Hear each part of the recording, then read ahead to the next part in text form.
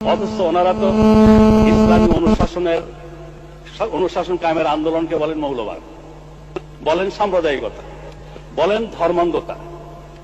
যতদিন তারা ইসলামী রাষ্ট্র ব্যবস্থা, সমাজ ব্যবস্থার আন্দোলনকে মৌলবাদ, সাম্প্রদায়িকতা, ধর্মান্ধতা বলা বন্ধ না করছেন, ততদিন মদের ব্যাপারে তাদের কোনো প্রশ্ন তোলার অধিকার নাই।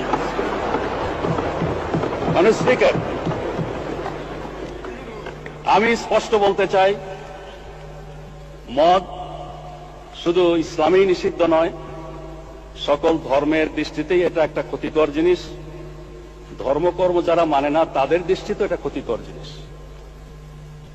কিন্তু শুধু আইন করে এটা বন্ধ করা সম্ভব নয়। 1920 সনে আমেরিকা কংগ্রেসের সিদ্ধান্তের ভিত্তিতে এবং সংখ্যাগরিষ্ঠ জনগণের ঐক্যমতের ভিত্তিতে মদ নিষিদ্ধ করেছিল। মদ থেকে তাদের জাতিকে দূরে রাখার জন্য কোটি কোটি পৃষ্ঠা বুকলেট, লিফলেট, হ্যান্ডবিল প্রচার করেছিল। তখনকার আপ টু ডেট মানে স্পিকার, হলুদ বাতি জ্বালালে আমি থেমে যাই। আমাকে নিয়ে অনেক কথা হয়েছে, আমার দলকে নিয়ে অনেক কথা হয়েছে। এই পার্লামেন্টে সেগুলোর জবাব দেওয়ার সুযোগটা অন্তত আমাকে দেবেন মাননীয় স্পিকার, আমি আশা করি। তাই বলছিলাম, আমেরিকাতে এভাবে মদ বন্ধের সিদ্ধান্ত নিয়েছিল 1920 সনে। 1933 আবার এই সিদ্ধান্ত প্রত্যাহার করতে হয়েছিল।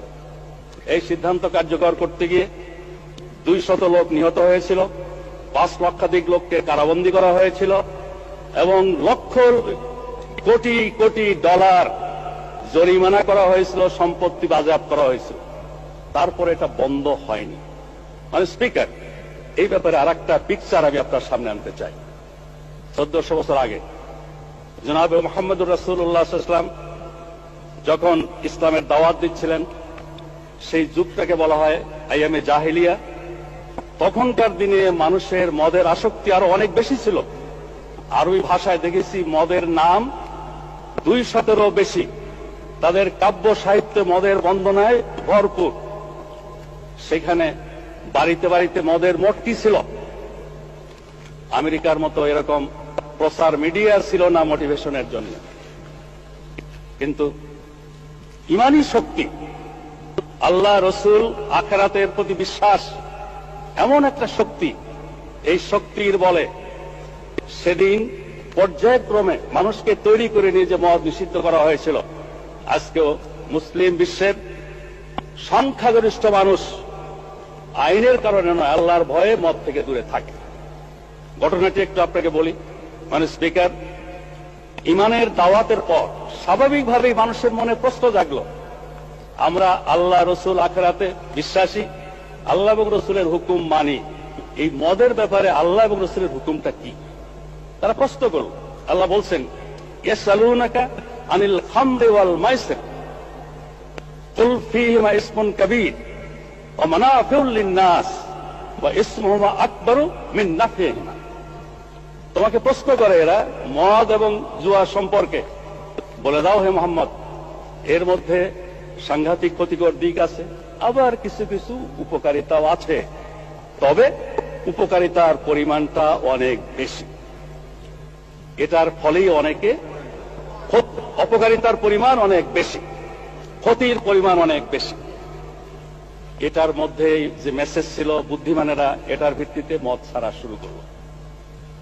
সেকেন্ড স্টেজে এসে বলা হলো, লা তাকরাবুস সালাহ ওয়া আনতুম সুকারা।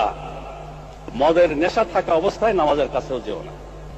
নামাজ তো আগেই ফরজ হয়েছে, কিন্তু অতি বুদ্ধিমানেরা শুরু করলো কি, ফজর আর জোহরের মাঝখানে এমন একটা সময় সিলেক্ট করে যাতে জোহরের সময় আসার আগে নেশা কেটে যায়।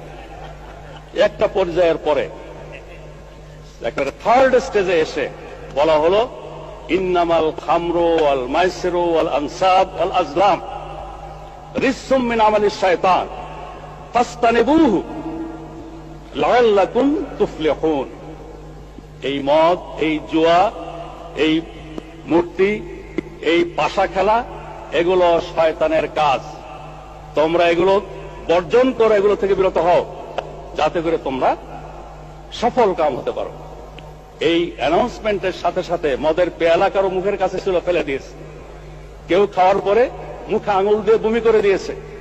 বাড়িতে যেই সঞ্চয় ছিল এগুলো সব মটকি টটকি ভেঙে দিয়েছে, মদের স্রোত বয়ে গেছে। এরপরে আর এই মদকে আজ পর্যন্ত হালাল করার কোনো প্রয়োজন হয়নি। আওয়ামী লীগের বন্ধুরা যদি সত্যিই আন্তরিক হন মদের ব্যাপারে, তাহলে আসুন আমাদের সাথে ইসলামী রাষ্ট্র প্রতিষ্ঠার আন্দোলনে শরীক হন।